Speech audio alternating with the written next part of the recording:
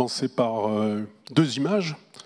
La première image, je ne sais pas si vous vous souvenez d'un vieux film qui s'appelle Les Gaspards, dans lequel on voit des gens qui étaient... C'est un très vieux film quand j'ai vu ça quand j'étais gamin, mais ça m'a fait beaucoup rire. Et je ne me rendais pas compte de l'impact que ça avait, le message qu'il y avait derrière.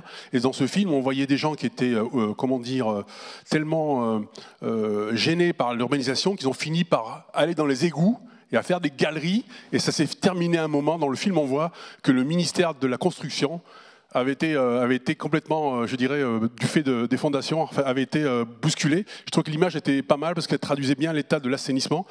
Parce qu'aujourd'hui, l'assainissement, c'est les infrastructures d'assainissement et d'eau potable, c'est à peu près 40% du budget du patrimoine des collectivités. Là-dedans, pour l'assainissement, nous avons à peu près, le patrimoine, c'est 200 milliards. Si on le considère neuf, avec un taux de renouvellement de l'ordre de 6%. Il faut 300 ans pour le recycler. Ça, c'est pour la première image. Pour la deuxième image, il faut savoir que l'assainissement, le réseau, c'est un vecteur qui permet de transporter des déchets liquides. Et on lui demande aujourd'hui d'incorporer des déchets dans sa structure. Et donc, en fait, c'est un système qui devient de plus en plus vertueux. Déjà, au départ, il était vertueux, et en plus, on lui rajoute une couche. Tout ça pour dire que c'est un sujet qui est extrêmement important, ce sujet des réseaux enterrés. C'est notre métier tous les jours, que Lucie, on est expert du sujet. Et donc, notre présentation vise en fait à vous donner un aperçu de notre recherche technologique. On va vous donner rapidement des informations sur des comparaisons avec d'autres secteurs de la construction. Rassurez-vous, enfin, rassure-nous, c'est pas contractuel. Les données, elles sont données à titre vraiment comparatif. Ensuite, on fera un tour rapidement sur les enjeux techniques, les enjeux scientifiques, la question posée à la recherche, et on abordera la méthodologie, et on finira par cerise sur le gâteau sur comment on peut aborder la certification avec l'inventivité des ingénieurs du CSTB. Donc voilà un peu le programme. Donc je vais démarrer le premier slide rapidement. C'est pas vraiment ma tasse de thé, la comparaison avec d'autres secteurs. Faut juste, je vais dire rapidement parce que Lucie va reprendre derrière sur l'autre slide. On va faire ça en alternance. La construction, c'est 40 milliards de tonnes de matériaux par an dans le monde. 40% des ressources. Donc vous avez l'information globale et je laisse Lucie rebondir sur ce point dont elle connaît bien le sujet et un peu mieux que moi. Merci Abdel. Donc oui, on a donné ce type de chiffres en fait pour vous montrer, on le dit depuis le début ce matin, que la construction a une grande part dans ce qui est matériaux. Là, on voulait vous montrer de quelle manière les matériaux sont valorisés. Alors valorisés au sens de toutes les valorisations, il y a des valorisations énergétiques, il y a le réemploi, la réutilisation, le recyclage. Et puis ce qui n'est pas valorisé, c'est en fait ce qui est éliminé. Donc là, c'est pas notre métier, ces chiffres-là, mais c'est des chiffres qui ont été tirés de sources fiables. Voilà. Ce qu'on voulait vous montrer là-dessus, en rapport avec notre présentation de ce jour, c'est que pour les plastiques du secteur de la construction, finalement, le taux de recyclage est de 17%, ce qui n'est pas extrêmement élevé. Donc, ce qui nous permet de voir qu'il y a une marge de progrès là-dessus. Donc voilà, comme elle a dit Lucie, c'est à peu près autour de 20%, sachant qu'on a une demande forte de la part de la puissance publique européenne, notamment, à remonter ce taux, de passer à 30% en 2022. Je ne sais pas si on y est, je ne pense pas qu'on y soit. Surtout en 2030, pour être à 50% de réincorporation du matière plastique recyclée dans le système, ce qui est énorme. C'est un sacré verrou technologique, ce n'est pas facile à atteindre, d'où notre recherche qui est mise en place. Donc là, on vous a un peu parlé matériaux. Nous, dans notre métier, on évalue des produits pour leur incorporation dans des ouvrages. Donc, des produits de construction, de manière très schématique, qu'est-ce qu'on leur demande en fait ?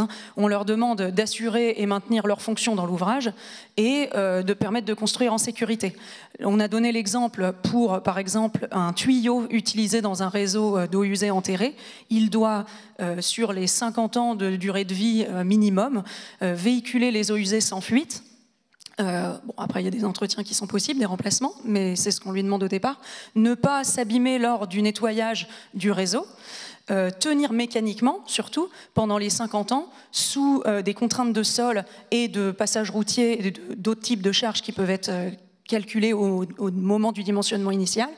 Et résister aux matières qui vont être en transition dans ce tuyau, donc les eaux usées, pendant les 50 ans, avec notamment des problématiques d'abrasion, de tenue chimique. Voilà, tout ce que vous pouvez imaginer là-dessus. Donc la notion de durée de vie est extrêmement importante pour nous. C'est un débat qui a été soulevé depuis ce matin.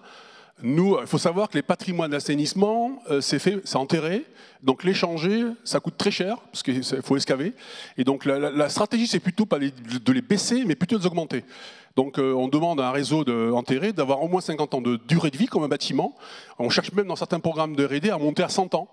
Ce qui peut être un peu antinomique d'une approche de recyclage, parce qu'on verra tout à l'heure que le fait de recycler vise plutôt à baisser la durée de vie. Donc il y a une dualité à régler. Vous avez en comparaison d'autres structures que je ne vais pas développer, vous connaissez le bâtiment certainement mieux que moi sur certains secteurs. En tout cas, nous, ce qu'il faut retenir, c'est tous les produits qui sont ancrés dans le sol, c'est 50 ans, les composants démontables, c'est 25 ans.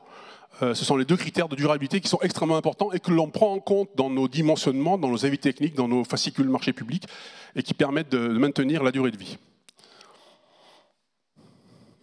Donc maintenant qu'on a vu les ordres de grandeur sur les matériaux et ce qu'on attend en termes de performance et de durée de vie sur nos produits, on va maintenant rentrer dans le vif de notre présentation qui est en fait l'incorporation de matières recyclées. Donc là, nous, on fait un focus sur les thermoplastiques et pour les réseaux d'assainissement, mais bon, ça pourra être plus large, bien sûr. Et on va s'intéresser bien sûr aux verrous techniques, puisque là, on est sur la journée de la recherche, c'est le travail de la recherche, de répondre aux questions de la recherche, poser à la recherche et de lever des verrous techniques. Avant de rentrer là-dedans, je voulais vous montrer un exemple issu d'une norme produit, qui est une norme pour des tubes en matériaux thermoplastiques, pour vous montrer les définitions associées aux matières non vierges. Donc pour ensuite pouvoir vous en reparler après qu'on ait parlé des verrous. Donc sur ces matières non vierges, on va avoir des matières rebroyées internes qui sont généralement considérées comme pas vraiment un recyclage qui pose problème. Ça va être les chutes de production du fabricant sur des produits de nature similaire et qui va réintégrer dans sa production. Donc ça, en général, sur ce secteur-là, ça se fait assez facilement et assez bien. Ensuite, on va avoir des matières rebroyées externes qui sont des chutes de production ou des produits neufs rejetés mais qui viennent d'autres fabricants et qu'un fabricant va pouvoir utiliser dans ses productions. Et ce qu'on appelle matière régénérée, ça va être des produits en fait en post-consommation, des produits usagés. Voilà, ça c'est pour avoir les idées en tête. Très bien. Alors un peu de chimie, les problématiques que l'on rencontre. Pour imager, une fois, les scientifiques m'excuseront de mon réductionnisme scientifique ou ma schématisation. Imaginez en fait des tubes dans lesquels on met des polymères. Ces polymères, c'est des sortes comme des spaghettis moléculaires. Et plus la longueur, plus la chaîne est longue, et plus la durabilité va être augmentée. Et le fait de réincorporer des matières recyclées, on va réincorporer des chaînes plus courtes qui seront plus sensibles à l'oxydation, donc à baisser la durée de vie. Donc c'est important de pouvoir garder, si on réincorpore de la matière recyclée, essayer de s'assurer qu'on va maintenir sa durée de vie en mettant le bon niveau de recyclé de façon à garantir ces fameux 50 ans. Donc il y a des critères que je ne vais pas développer sur comment les chaînes sont enchevêtrées, les taux de cristallisité, c'est des termes trop techniques, mais l'idée de garder cette idée que plus la chaîne est longue et on connaît bien la durée de vie des matériaux vierges parce que on travaille depuis plus de 50 ans, voire plus, et donc on a une bonne connaissance, ce qu'on connaît moins bien pour la partie matériaux recyclés, que Lucie va redévelopper derrière. Oui, alors ce que je redéveloppe un tout petit peu pour ceux qui n'ont pas forcément ça en tête, c'est les mécanismes de vieillissement des thermoplastiques.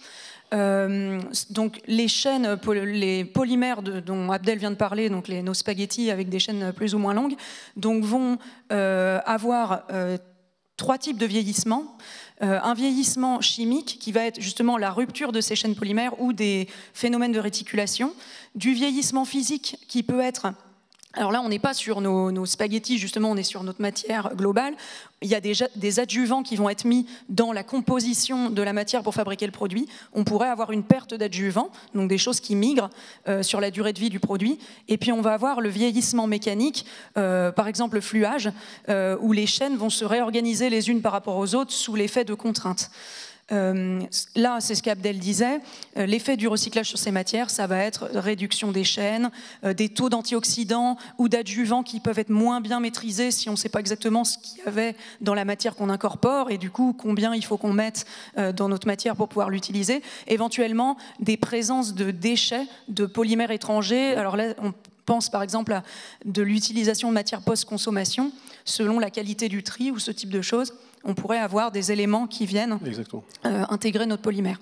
Donc c'est là qu'on disait performance mécanique potentiellement diminuée par rapport à la matière vierge. Alors, pas potentiellement, diminuée par rapport à la matière vierge de base, si on ne fait rien pour changer ça.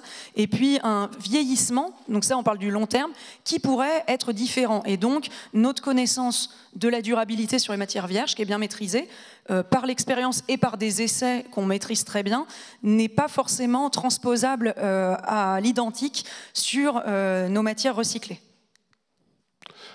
Autre point important, autre verrou technique, il est plutôt technique que scientifique, c'est en fait la question du gisement. Le fait de mettre des matériaux vierges, on connaît l'origine, les gens savent fabriquer, c'est assez calibré. Le fait de recycler, d'avoir la matière recyclée pose la question de la traçabilité, de la constance du jugement, à la fois en termes de flux et de qualité.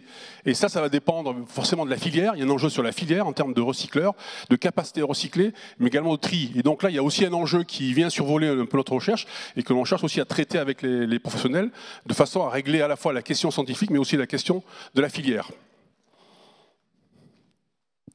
Donc maintenant que vous avez ces verrous techniques en tête, alors je vais les rappeler, on a dit on modifie les chaînes polymères, donc on va avoir potentiellement des performances mécaniques qui sont réduites, on peut avoir des comportements, on le disait tout à l'heure, par exemple à l'abrasion, la résistance à l'entretien qui pourrait être différent du fait que la matière se comporte différemment, on peut avoir une durée de vie qui va être plus difficile à appréhender et peut-être différente, un vieillissement qui va se faire de manière non identique à la matière vierge, et ce que vient de dire Abdel, aussi le verrou d'un gisement qui peut être variable et moins facile à maîtriser. Donc là, je vous remettais l'exemple de la norme que je vous ai montré tout à l'heure. Mais cette fois, je ne vous montre pas les définitions, je vous montre ce que la norme se permet d'utiliser du fait de ces verrous. Et là, on voit que finalement, la matière rebroyée interne, il n'y a pas de limite dans cette norme-là, c'est un exemple. Ça dépend des normes produits, mais là, c'était pour montrer cet exemple. Sur la matière rebroyée interne, on se limite finalement à des produits neufs d'autres fabricants là-dessus, et sur la matière régénérée, on va finalement, pour cette norme-là, se limiter à des matières usagées, mais du même produit qui est conforme à cette norme. Ce qui peut là être un gros frein, comme on l'a dit, déterrer les canalisations, c'est pas forcément évident. Donc pour venir réutiliser ce type de produit en usagé, qui correspond à cette norme produit au départ, ça met quand même un verrou. Et donc là, quand on se permet d'utiliser ces matières recyclées ici, par exemple, donc on demande des traçabilités importantes, origine matière connue, un cahier des charges matière établi, des contrôles sur cette matière première recyclée qui est achetée pour fabriquer le produit, et puis des validations par essai. Ça a été évoqué ce matin, bien sûr.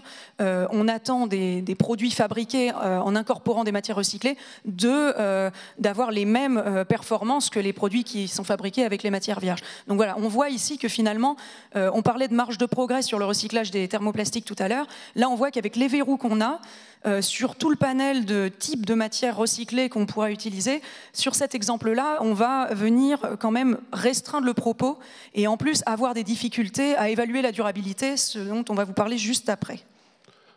Alors, question posée à la recherche. En fait, aujourd'hui, pour caractériser la durée de vie, on a une méthode scientifique bien reconnue qui est l'approche aréniale, qui se fait avec des essais sous pression à haute température. On sait que l'essai est consistant, mais qu'il est surdimensionnant. On ne sait pas, on ne connaît pas la cinétique de dégradation. Et là, ce que propose le CSTB, tout en ayant ce référentiel conventionnel, brutal, sur les matériaux vierges qui marchent très bien, mais qui marchent un peu moins sur les matières recyclées, c'est d'essayer de tester les systèmes de matières recyclées en comparaison avec du vierge, en essayant de comprendre la cinétique de dégradation en fonction des contraintes mécaniques et des contraintes chimiques. Donc c'est un peu la question qu'on se pose, et donc on a mis en place une méthodologie qui permet d'arriver à ça. C'est comment essayer de retracer des cinétiques de dégradation dans le contexte réel, le plus proche possible d'un réseau d'assainissement, c'est-à-dire sanilité, ça veut dire contraintes mécaniques sur le produit, et c'est pour ça qu'on a, Lucie va le représenter, une série de bancs à utiliser, pour essayer de se sortir de ce carcan qui est très, très, très utile, mais qui est très sévère, très, je dirais, trop dimensionnant, qui est très bien pour l'eau potable, mais pas appliqué à l'assainissement. Voilà, effectivement, c'est ce que j'allais ajouter. Cet essai en fait habituel marche très bien pour tout ce qu'on connaissait jusqu'à maintenant. Comme il empêche pour ces types de produits que nous évaluons et sur lesquels nous faisons notre recherche, comme il les empêche finalement d'exister, d'arriver sur le marché du fait d'un essai qui bloque finalement l'utilisation, puisque l'essai indique actuellement que finalement en termes de durabilité sur les produits qui intègrent les matières recyclées, ça marche pas. Donc c'est là que les gens se sont posé la question. Et là, au niveau européen, c'est un consensus sur le fait que cette méthode est surdimensionnante. Donc maintenant, tout le monde essaye de réfléchir à la manière de faire. Donc c'est ça qu'on vous présente. Donc nous, on cherche une méthode alternative.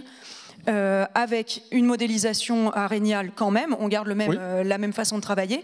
Ça, c'est ce que disait Abdel, donc je vais passer dessus rapidement. Conditions chimiques proches de celles des eaux usées et des contraintes qui correspondent à ce que voient nos réseaux. Tout à fait. En fait, on passe d'une manip conventionnelle à une manip réaliste, dans des conditions de cinétique que l'on ne connaît pas dans la littérature. On peut peut-être passer au suivant. Oui, on indiquait juste quand même que cette approche, comme la plupart des travaux qu'on fait au CSTB, n'est pas intramuros chez nous. C'est des travaux qui sont faits en collaboration avec les professionnels de l'assainissement, qui nous ont aidés à choisir les matières pour faire la recherche, pour que ce soit représentatif de ce qu'ils utilisent, bien sûr, qui nous ont aidés en fabriquant des produits à tester. Et qui nous aide aussi à comprendre le gisement. Et on a aussi des accompagnements dans le monde académique pour toute la partie chimie. Donc voilà, on s'entoure. Merci, parce que c'est mon stage, j'ai loupé, donc merci d'avoir rattrapé. Donc l'idée, ce qui est important de savoir, c'est qu'en fait, on travaille donc avec la profession, mais également avec le monde académique, de façon à pouvoir réussir notre manipulation. Donc là, en fait, on vous montre le banc qui a été développé. Alors, c'est des travaux qui ont été commencés il y a quelques années déjà, puisqu'il y avait eu une thèse sur le sujet qui avait permis de déjà proposer des approches. Merci la DRD pour ça. Il y a plein d'approches possibles pour offrir une alternative à notre essai pression. On sait que de nombreuses personnes travaillent sur différentes choses et on est en lien et on regarde ce qui se passe. Là, la volonté, c'était d'aller vers quelque chose qui fonctionne sur la plupart des matières, sur toutes les matières en fait qui sont intéressantes pour le marché sur lequel on travaille, et que ce soit un essai qui soit aussi assez facile à mettre en œuvre et qui soit raisonnable pour pouvoir se faire en termes ensuite d'évaluation ou de validation de production dans le futur. C'est pas uniquement pour faire de la recherche. Ça, c'est bien sûr si la recherche donne satisfaction. L'état de cette recherche pour le moment, c'est les bancs sont construits et calibrés.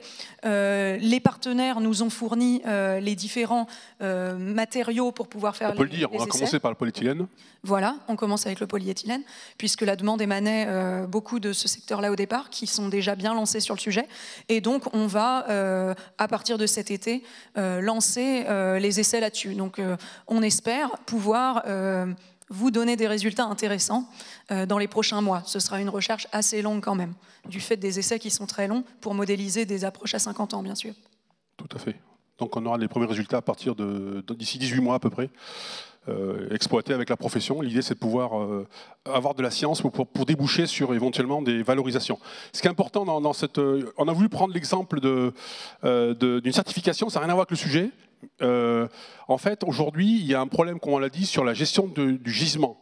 Et le CSTB réfléchit à des approches de gestion du gisement. Et on a la fameuse QB35, je ne sais plus, 34, peut-être qu'on peut la passer, et qui vise en fait à cadrer ces gisements. Je crois qu'il y avait des animations. Oui, donc ça, on a discuté. Alors pareil, en interne, il y a plein de choses qui se font. Donc nos collègues sur cette partie-là, donc qui évaluent les profilés de fenêtres en PVC, donc on fait le travail justement d'aller jusqu'à une certification de la filière de recyclage des PVC pour être intégrés dans ce type de produit. Donc ils ont créé la marque QB34 en 2015, qui est encadrée par une norme européenne qui définit le type de matière qui regarde, bien sûr. Ils ont 6 unités de recyclage qui sont bénéficiaires de ça en Europe, et l'idée c'est de pouvoir réincorporer une matière recyclée qui est validée, dont le référentiel est validé dans une norme européenne, donc ça c'est le cahier des charges, dans des profilés de fenêtres en PVC qui visent à être eux certifiés. Pour terminer, parce que le temps passe vite et on parle beaucoup, ce qui est important de savoir, c'est que nos recherches que l'on fait au CSTB sur la partie technologique, c'est bien d'avoir de la connaissance, mais on essaie de valoriser.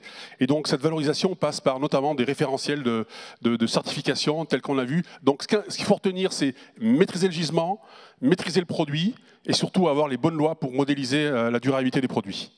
On vous remercie. Merci à vous.